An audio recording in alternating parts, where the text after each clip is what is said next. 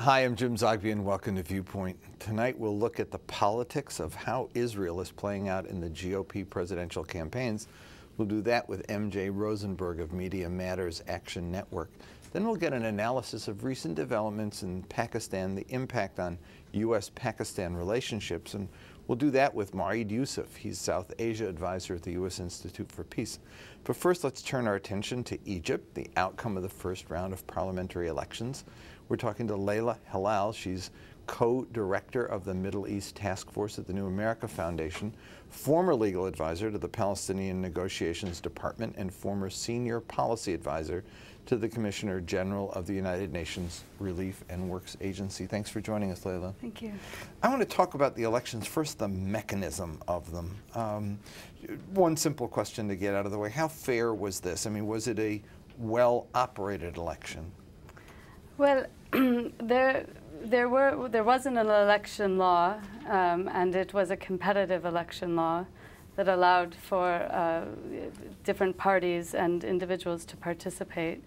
And the elections were observed by judges, and they functioned very generally according to a particular set of procedures. And there are results that are being tallied, and in that sense, in a very, very technical sense, we can say that they were fair.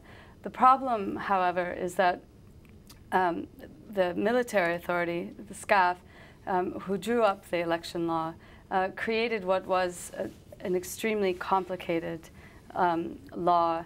It was a mixed system, which included a third of a direct candidate election and then 2/3 proportional representation.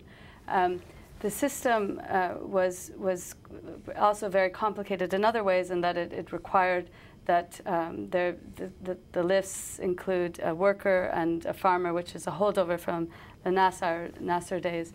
But there were several complexities to the election law that meant that the Egyptian people were quite confused by it. And the election law sort of evolved over time. So many of the decisions, such as how you tally the votes into actual seats, that issue still has not been decided. So talk to me about this. We understand that a third of the election has happened, right? There are other districts that still have to vote? Right. So there are 3 rounds of elections. Mm-hmm. They had to do 3 rounds because the elections are being observed by judges. And there weren't enough to go around. There weren't enough judges to do all of the polling in one sitting. So they're dividing it per area, which is inclusive of different cities and districts. The Cairo area and Alexandria was the first election that happened on November 28th. And then there was a runoff at the beginning of this week. So then next week there'll be the second round, and then the last round will be beginning of January. So when we're looking at results, let me put up a board which just gives some of the numbers that we've seen so far. 46% freedom and justice, that's the Muslim Brotherhood party. Then the An-Nur party, which is the Salafi party, 21%. Egyptian Bloc, Wafd party, and independents going down the line. What do we make of those? They've been widely talked about as the Islamic parties won, but that was a third of the electorate. What do we see happening in the next 2 rounds? Can that change dramatically? Will it change one way or another? Do we know? Well, you know, as I mentioned, the procedures for tallying the seats, for translating the number of votes into the seats, has not been pronounced. So there is a lot of subjectivity within the election law that could influence the results. But what we do know is that the Islamists are, you know, a very well-organized party. They are very effective in getting out the vote. They're very effective. They've been effective so far, and we're likely to see a parliament that is dominated by the Brotherhood. But we don't know yet what happens with the other two rounds, or do we? Do we have a sense that these results will carry over, or will we see a difference in the other regions? We don't know really, because it's possible that in these other regions, which are perhaps less urban, more rural, you would have different interests coming out. But what some of the election observers are saying is that many people, because of the very confusing atmosphere, both politically and technically in terms of this complicated election law, many people are coming to the polling stations. They don't know who to vote for. And the Brotherhood and Al-Noor party have been very active in being present, as well as the Egyptian Bloc, which is the liberal coalition, has been very active in being present at the polls to influence how people actually vote. And the Brotherhood is very popular. We know that to be the case. So I think these results give us an idea of the final results, but they will be subject to minor tweaks here and there. One of the things that was of concern were the massive demonstrations that took place in the days leading up, causing some to call for the elections to be delayed. They were not. But there also was a sense I had that the folks who demonstrated weren't taking advantage of the electoral process. Maybe they weren't organized enough, maybe they didn't have the parties well formed enough, et cetera. And there was a confusion between the square and the election. Was that a mistake for the demonstrators to do this? Or was there another agenda here? Should the elections have been postponed? Lots of little questions there, but try to pull that out, the square versus the election dynamic as it unfolded in the days leading up. Well, you know, what was quite interesting is that as people remassed in Tahrir Square for a second round, what some people call the second revolution. With dozens being killed. With dozens being killed, you know, immediately before the elections, one would have expected that there would have been this great outcry against the system that was in place and the SCAF leadership and holding elections under the SCAF leadership. But in fact, the demonstrators in Tahrir did not call for a boycott of the elections. The April 6th movement, which is a very prominent youth movement that was very active pre-January 25th and has been very active subsequently, they did not call for a boycott. And so there was never a pressure on people not to participate in the election. And in fact, many people did go out and you know, cast their votes. Probably many didn't go out of an ambivalence. I think what we've seen in Tunisia and Egypt is that there is some kind of generational divide within these societies where traditional institutional politics does not necessarily capture the aspirations of the youth who are demonstrating and who are demanding some kind of accountability and change. If you want to get in the conversation, give us a call. If you're calling from overseas, the number is 001-202-420-5665. If you're calling from here in the U.S., the number is 1-202-420-5730. Now, the Tunisian election was to elect a constituent assembly that's going to write a constitution. This is to elect a parliament in Egypt. And the parliament saw itself, or those who were campaigning saw themselves as writing the constitution. But in the weeks before the election, the military government announced a new process where they would pick people who represented the trade unions and the various syndicates that existed and religious communities, et cetera, to ensure that the constitution writing body was broadly representative.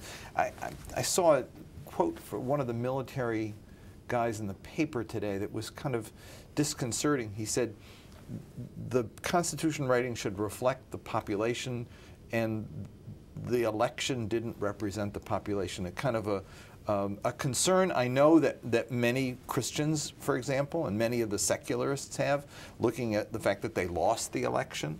But after all, a democracy is about who wins an election. So parse that one out, if you will, this tension between the military's position on this and the whether or not the Constitution ought to be written by the Parliament itself? Well, the Parliament, so the SCAF, not the SCAF, but the government, the former government that was dismissed a week ago, or 10 days ago, had issued what they called super-constitutional principles. And in those constitutional principles was this set of requirements that, as you said, that different parts of Egyptian society be represented in the constitution-making process, because the parliament is supposed to elect a body, a 100-member body, to write this constitution. So the SCAF and the government underneath it was trying to somehow configure the types of people that would be involved in this process. But the other part of that constitutional, super-constitutional declaration was that the SCAF would retain constitutional supremacy, so that they would have the final say in constitutional legal matters in the country. And that was a very controversial document that the SCAF has indicated is sort of backed away from in a bit. So we're not sure where it stands. But it was a document that was negotiated with the liberal sector of society. The presidential candidate Barade was involved in negotiating this, and so you had SCAF partnering with the liberal constituents in Egypt to manipulating and taking advantage of their fears of the Muslim Brotherhood to get this document going. It's been very controversial. The Brotherhood demonstrated against it. It's not clear. We don't know where we are with this. But you know, it is a major question for these societies, for Tunisia, for Egypt, that are producing competitive electoral regimes and democratic systems where the Brotherhood is, or the Muslim religious parties are doing well in societies that were formerly based on civic formulations. It shouldn't be the end of the story, but it will require, I think, that the people of Egypt be very active in holding the elected representatives accountable. Okay. Let me go to a first caller in Saudi Arabia. Your question, please. Yeah, like I said again, hi. I admire your program, and I really appreciate your honesty and the quality of extracting the idea. To yourself, I'm sending my regard to you, and also to your host, Mrs. Leila. And I want to ask if she, in the future, from her side, she think the safe side to relate and the Brotherhood, or to keep the choice open clearly to the people, especially they are the only people know and understand their lifestyle and their background and their side of view of believing in a special person to lead this country from this crisis. I want to see her idea or her look in the future. Especially these days, the situation is very bumbling, and it's not clear. The people, they don't want more chaos. They just want to finish from this, at least 6 months to reach the safe side and return to their lifestyle again. Okay, thank you. That's an issue you hear time and again, people voting to just be done with this and move on because the economy took such a hit in the last year. Respond to his concern. Well, I think that's right. I think in Egypt there's a particular frustration and with the continuation of the Tahrir protests, and there's a desire to return to normality. And there's probably a greater interest in seeing an improvement in the economic conditions than perhaps in seeing a pluralistic governance regime in Egypt. This is the situation. This is the reality. When people are faced with very difficult circumstances, they want someone to improve their situation. And so I think that was probably why a lot of people put their trust in the Muslim Brotherhood. At least we saw that in Tunisia. People were explaining their vote because they felt that that these Islamic parties will rule in a principled way, will get rid of corruption, will then help transform the economic situation. And it was interesting that the Brotherhood did not run in Egypt on Islam as the solution, but instead they ran on a platform of jobs, already understanding the need for a broader message. Absolutely. I think and also they have said that they're not going to field a candidate for president. So I think that they're aware of the expectations of the public, and they know that there are high demands for improving things like the economic situation. And so they perhaps are quite eager to take power, but perhaps not overly eager to be tested so soon. Okay. Let me go to New Hampshire for a call. Caller? Hello? Hello? Yes, your question, please? Yeah, I just have a question. First, I want to be very clear that I'm not an Islamist, so I'm not defending the Islamic parties in the Middle East. But as one of the people in the Middle East, I got very sick and tired from every time like an Islamic party wins the election in the Arab country, we start to talk about that the election doesn't reflect. Although everybody admits and said that the election in Egypt and Tunisia were very transparent and clear. So I don't know, is it a game we are playing here every time they win the election? We start to talk about the voices who are talking about that it's not reflecting the people on the Sure. Thank you.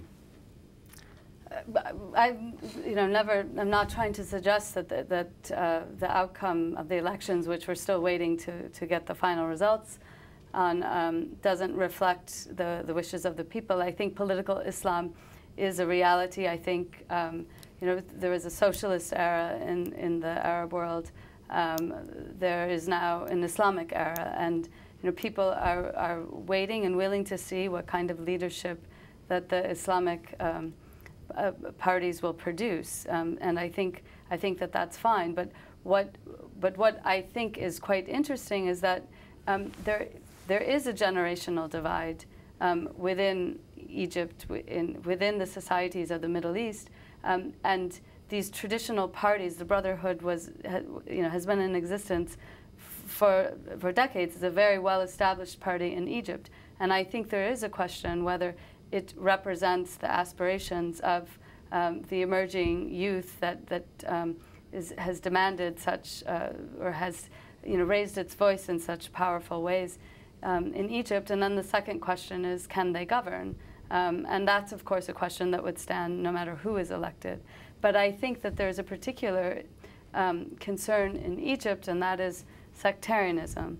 And I think that there is a real fear, perhaps not so much out of the Muslim Brotherhood win, but out of the Salafist surprise showing in taking at least now what is about 20% of the votes, because they have made very, very provocative statements against democracy, essentially, liberal democracy, that is, and made statements such as they will allow a Coptic leader when Israel allows a Muslim leader. I mean, that is a provocative statement. Who knows how that will play out once they're in a governance role. But there is some fear within Egypt, reasonably so, about the impact of a conservative Islamic rule. Thank you. Thanks for joining us. Thank you. We'll be talking about this for weeks yet to come. Yes, I'm sure. When we come back, we're going to take a look at how politics and Israel are playing out in the GOP presidential campaigns. MJ Rosenberg is going to join us. It's going to be fun, so stay with us.